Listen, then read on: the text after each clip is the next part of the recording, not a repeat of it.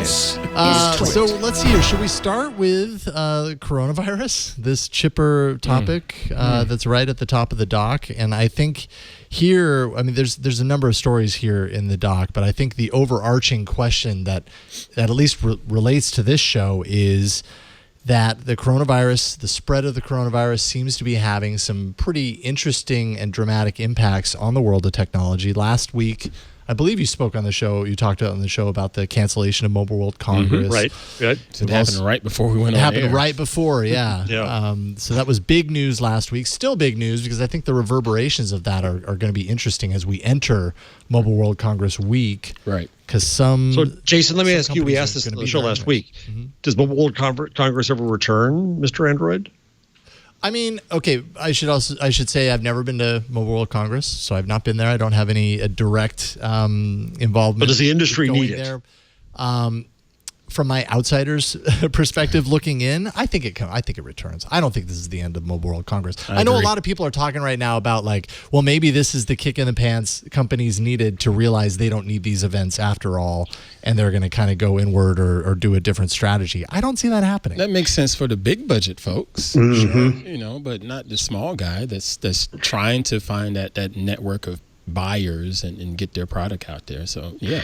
We need this. Yeah, the Samsungs and the Huaweis of the world, they'll be fine. They can do their own events, but the smaller players, I don't know, they don't have really their own platform. They don't have enough people to come and see these events, whether they're online or not. And Mobile World Congress isn't just phones; it's also telecom equipment, which is a pretty big deal. And there's really no other big show for that, so IoT. I don't see it going away. Yeah, lots of IoT stuff, tons of it.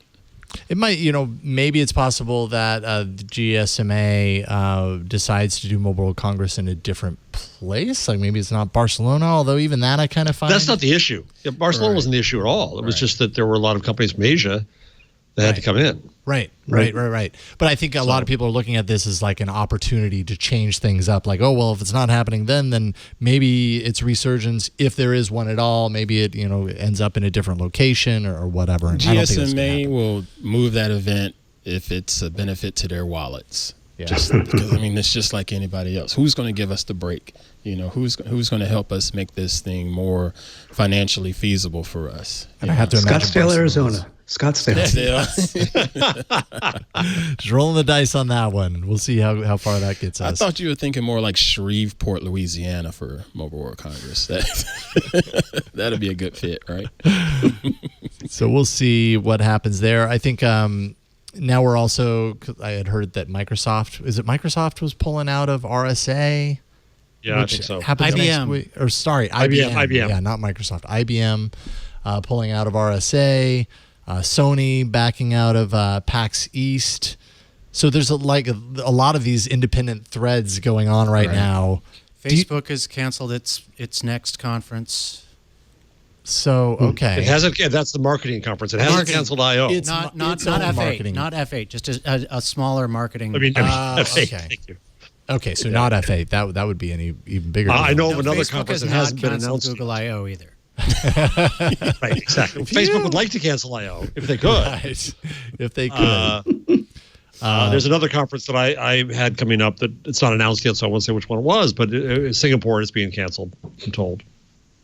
Okay. Yeah, the other thing is, since so many electronics are made in China, you have to wonder what's going to happen to the supply chain, obviously. Right. And I know this is This Week in Google, but I believe Apple just announced that it's not going to meet its investor expectations because they're dealing with supply issues there. Yep. Actually, it's in the rundown. TrendForce released a report, and they were basically looking at the potential impact of the coronavirus on tech manufacturing. And they had a number of different areas that they looked at. Smartphone production, they expect will decline 12% year over year to this quarter. They'll see a major reduction in fiber optic supplies, which could affect 5G rollout. DRAM and NAND flash markets apparently unaffected because of a lot of stockpiling going on there. So those should be unaffected as a result. Although it's affecting current video game technology, the next generation, which is expected to come out at the end of this year. They're saying as long as things with this outbreak are mitigated by the end of the quarter, it shouldn't have a dramatic effect on these next-gen consoles. Part of me wonders, like, that seems really fast for this to be mitigated by, like, that's rapidly approaching. So one could expect there to be a big impact there potentially. And the biggest declines would be with smartwatches, laptops, smart speakers. So exactly what you're talking about, Kevin.